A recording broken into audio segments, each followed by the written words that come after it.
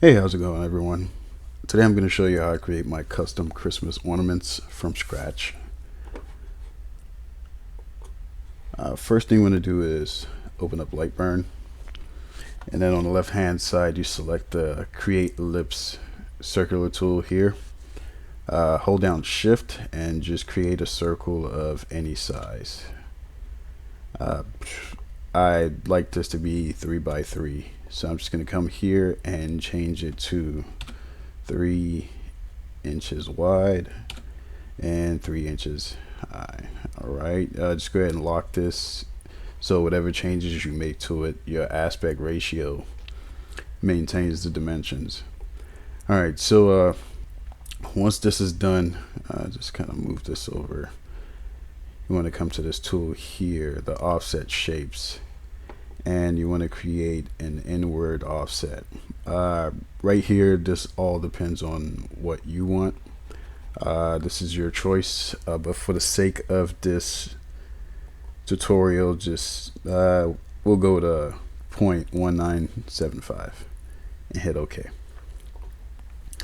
Alright, next thing I want to do is I want to draw just a small rectangle here, about that much is good. Let me zoom in a little bit so we can take a look at it.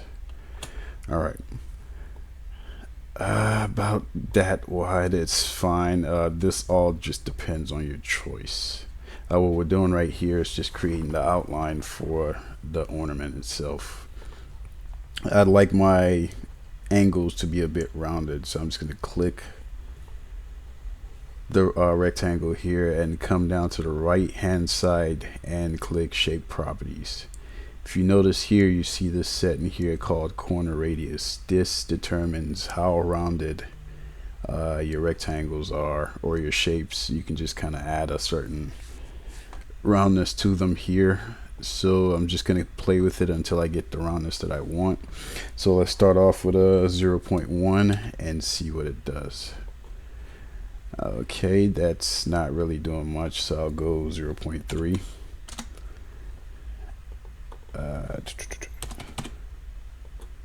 Okay, and just hit enter.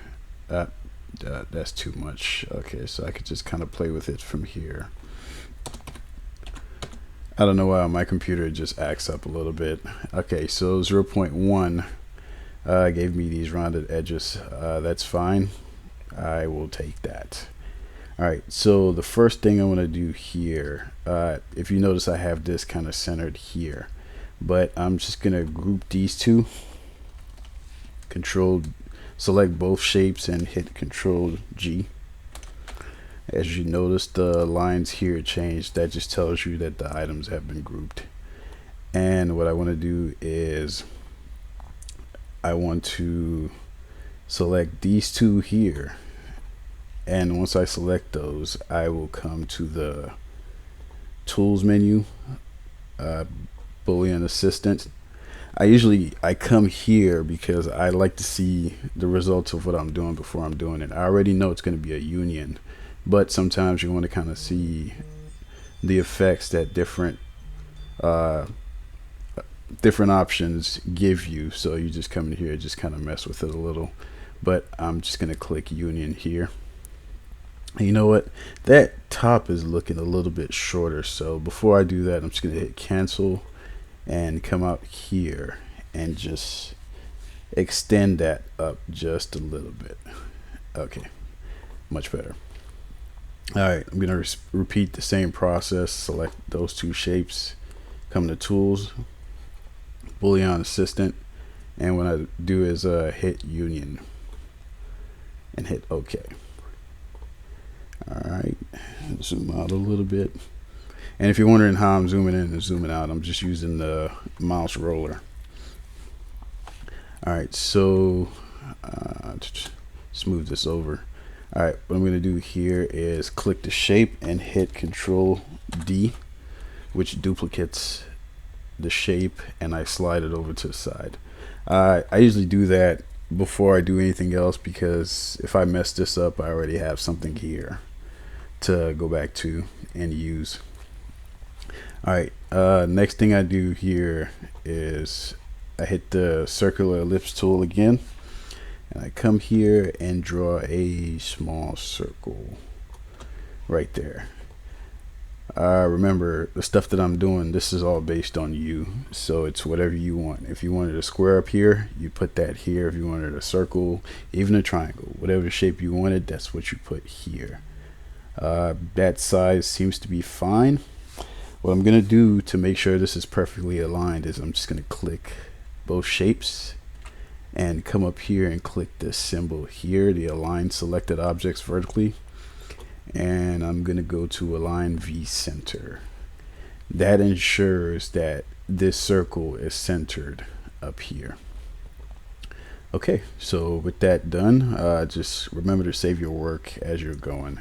Matter of fact, when you start, you should be saving your work, so that way, you know, if Lightburn crashes or something like that, not that it does that very often, but if it does, you wouldn't have any issues. All right, so that's aligned. It's looking like we have a baseline for our shape. I'm just going to go ahead and delete this and select all of this and group that. Then I'm just going to duplicate this. I keep doing that just to make sure that if I mess up this shape, I can always have something to come back to. Okay, and also this is the shape of the outer ring here, so you're fine if you're doing a 2-layer, something like this one right here, these guys right here. These are 2 layers, so you have that top circular outline, and then you have the bottom layer, which is the center right here. So just in case, I'm just going to take this and duplicate it again, Control D, and just put it up, and I know that my ring is completed. Now what I want to do here is I want to ungroup this, and I want to click ungroup again, just to make sure that these 3 shapes, 1, 2, and 3, are no longer grouped. Alright, and I'm doing that because the artwork is going to go in here, and I wanted another ring. Well, I'm going to put a couple more rings in here, just for the effect that I'm going for, and you'll see why in just a sec. So I'm going to go back to my offset tool here, and I'm going to go inward, but this time I want to make it smaller. I want the inward circle to be closer to this outer ring here, so I'm just going to bring it back up. About that much is fine. 0.0725, that's fine. Alright, let's just take a look. Let me just make sure. Alright, so all this is on the fill layer right now. If you just go to preview, alright, this just means something is hanging off my canvas. As you can see, this is hanging off. Let me just bring this back down. Alright, if you go to preview, you'll notice that this is what the shape in the center is looking like right now. Let me just make sure that I put this outer ring here. I'm gonna select that and click, put it on a different layer, put it on this blue layer here, and make sure that that is aligned, which means that when I send it to the laser engraver, it's just gonna cut it. Let's hit preview one more time. Okay, so the main reason I always keep going back to previews, because as I go along, I want to make sure that what I want Lightburn to do is exactly what I get when I'm done. So I just keep going back to make sure everything is good. As you can see here, Lightburn's already acknowledged that it's going to cut this, but this is still on the fill layer, and I definitely don't want that. Everything in here I want to be filled, but everything out here, this outer shape and this shape right here, I want it to be cut. So that's what I'm going to do. And I also want this top ring to be cut as well. So I'm just going to change this to the blue layer. I'm going to change this entire shape here to the blue layer. So this is my top ring, and this is my bottom layer right here. If you go back to preview, as you can see, Lightburn is going to cut all this. It's going to cut this, and it's going to fill right here, and this circle inside here is it's plain. It's not going to fill anything in there. All right, what I like to do is an offset burn, and I'll show you what that means. Is coming back here, you're looking at these ornaments. What I want Lightburn to do is basically what I want the laser to do is to engrave everything outside of whatever shape I drop in here. So everything here is an offset burn,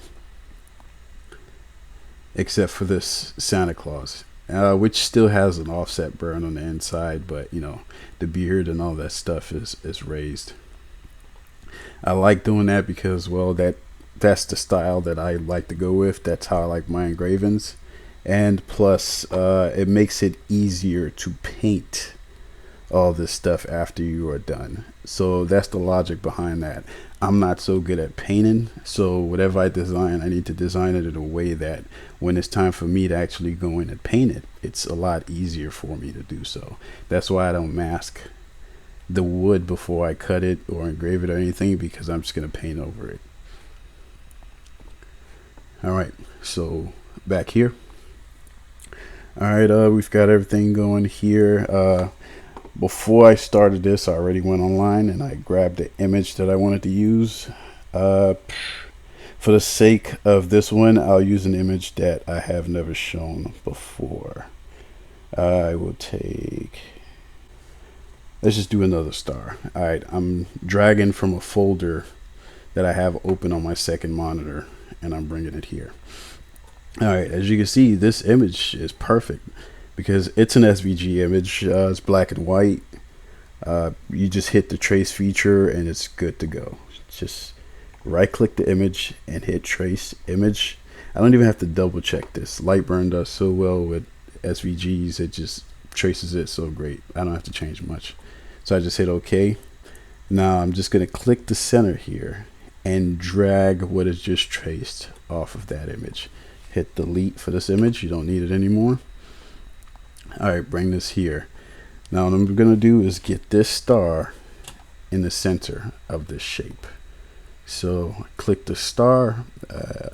Well, before you resize that, what you want to do is make sure that if there are any details here that you don't want, if you want to take out these little dots around the star, or if you want to remove some of these stars, or if you want to remove something, you could just click your image, select it, right click, and then ungroup.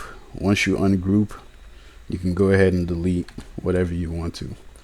But I don't want that. I like those details, so I'm just going to hit Control Z and Control Z until I get it back to where it was before. So now everything's back to, oh wait, one more time.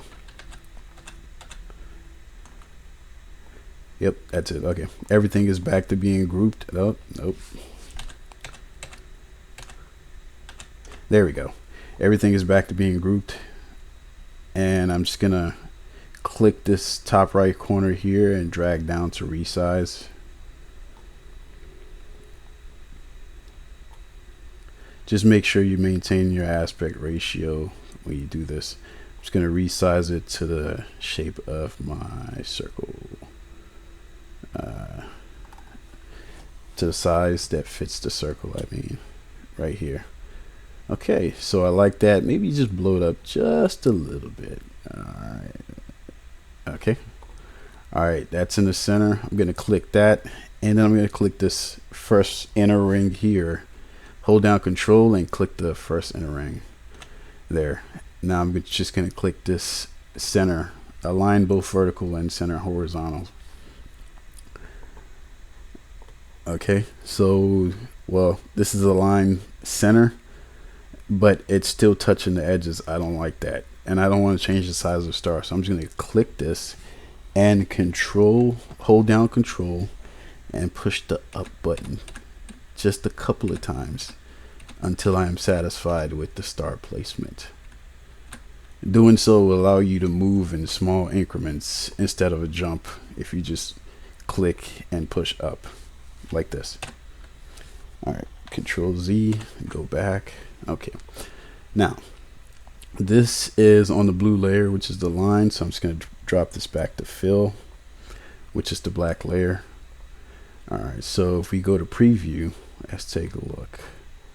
Okay, so Lightburn is acknowledging that it will cut out this shape and it's going to engrave these, but I don't want to engrave the star on the inside. What I want to do is I want the star to remain standing and engrave around the star itself. So I kind of want to emboss the star and engrave everything else. So what I'm going to do is I'm going to come here. I'm going to go back to offset, but this time inward, outward doesn't even matter, but just leave it at inward. What I'm going to do is bring it down. Okay, so bring it that down so close to that outer circle right there. That's fine. Just hit OK. And now I'll go back to preview. As you can see, this has changed. Now Lightburn is acknowledged that, hey, you want me to burn everything here and these details inside of the star, but all the white portions, you want me to leave those raised. It's not going to touch those, but it's just going to burn around it, giving you that perfect shape. All right, hit OK. So right now everything looks good here. What I'm going to do is click and drag and click all of this, and then I'm going to hit Control G, or you could just right click and click the group button. It's only grayed out now because I already did the Control G, and you know it's already grouped. So now if I click and drag this, it's fine, no issues. And you know, in this state right here, if you just want to resize it for some reason, you can just select everything together and then just resize, so all those dimensions maintain. So in case you wanted to make this ornament gigantic, you really can. It's all up to you. So with these two done, I feel comfortable. I don't need this anymore. I'm just going to delete it. All right, let's take a look just to make sure everything is done right. All right, black fill, blue line, so black will engrave, blue will cut. Let's go back to preview and make sure again. All right, and just hit play this time just to make sure. All right, it's engraved in the center. It's cutting out. Good. Okay, so I'm using a Omtech Polar, my CO2 laser, to actually cut this. This will work on any laser engraver that you have. What you want to do is, well, once you do the first one, you'll know what time, how long it takes to make one of these. For me, anything that takes less than more than 5 minutes, that tells me I've done something wrong. Sometimes I make the mistake of putting 2 passes or doing something like that. Just double check your layers to make sure that, you know, your pass count is correct. And of course you're gonna have to do a power test of whatever material you're using to ensure that you know your settings, and this should work for what you're trying to do. Just drag this back over. I don't know why I like to have my engraving cut on the left and then my just cut on the right. So that completes this portion, and we're going to move on to the actual cutting and engraving of these. Alright, so I'm here and I'm ready to engrave and cut. The material you're looking at is 5mm underlayment from Home Depot. Costs around 13 bucks. I had to cut it down to this size just to get it to fit in my laser bed, but it's actually a bit bigger than this. But I found it to keep the cost down, and it's easy to work with, comes pre-sanded already. But with that being said, let me go ahead and frame and then go ahead and get this job started.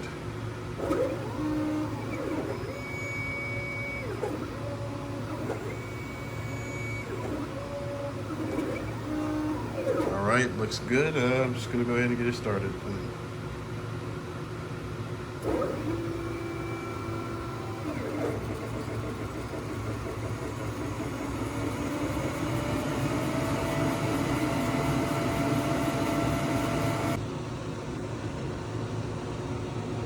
All right, that is a clean drop.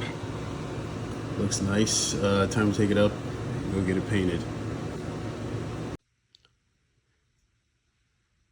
So now that the engraving cut is done, this is the semi-final product. Now what I'm going to do next is I'm going to paint these. Now you're probably wondering how I'm going to do that and how I'm going to do it cleanly, since I didn't mask or protect any surface in any kind of way. The only thing I've done to these after taking them out of the laser engraver is actually just wipe the surface with paper towel. What I use for painting these are these markers right here. The Sharpie Creative markers. They come in a pack. It looks just like this. They sell them at Walmart for about $20. But I promise you, this is like an absolute great set. Comes with 12 markers. And they make this so easy. It's like the best thing ever. It's so easy that I'm actually holding this phone with my left hand. And I'm going to attempt to actually start painting some of this with my right hand. Watch this.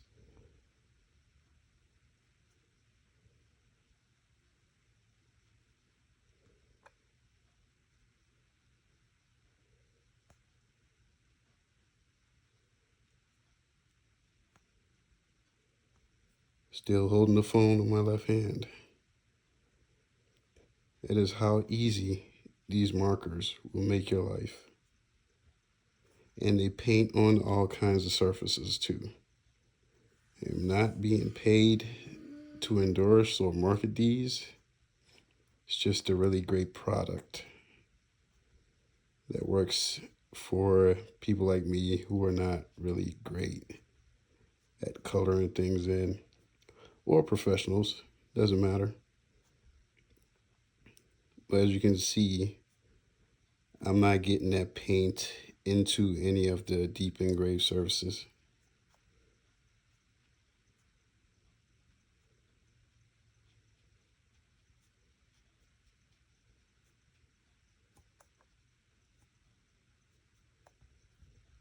Look at that. So far, so good.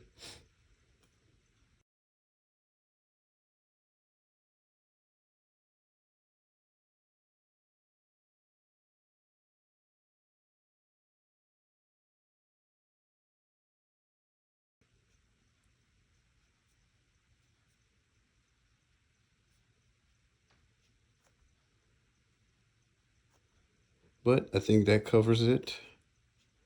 I'm going to go ahead and finish painting this guy, take a final picture, and I'll post that in this video as well. Thank you very much for watching. Please like, comment, and subscribe. And please share the video as well. I'm trying to grow my subscriber count to 1,000 by the end of this year, so I'm going to be more consistent with uploading videos. Thanks for watching.